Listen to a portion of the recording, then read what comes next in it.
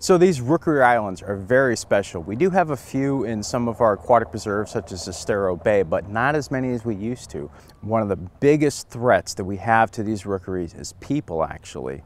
These birds actually need to spend their time sitting on those nests, feeding those chicks and spending that energy to actually raise up those chicks so they can become healthy adults and continue the cycle.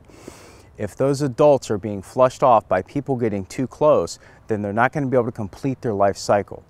I think it's also important to note that you can actually see these birds at a safe distance without actually impacting, without actually disturbing them.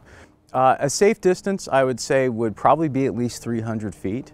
The average person with some of the technology that you have today with some of these, digital zoom lenses, at 300 feet you can easily see these birds.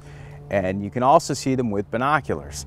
The rule of thumb is if you get close enough that all of a sudden birds are leaving the island, you've gotten way too close. Getting a picture of a fuzzy cute chick on the nest is simply not worth the life of that bird, which you may be endangering or ending.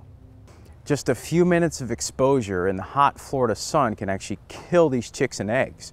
They're not actually sitting on these eggs in Florida to keep them warm, they're sitting on them to keep them cool. So we want these birds to be taking care of their families, raising up chicks, and not worrying about us as people.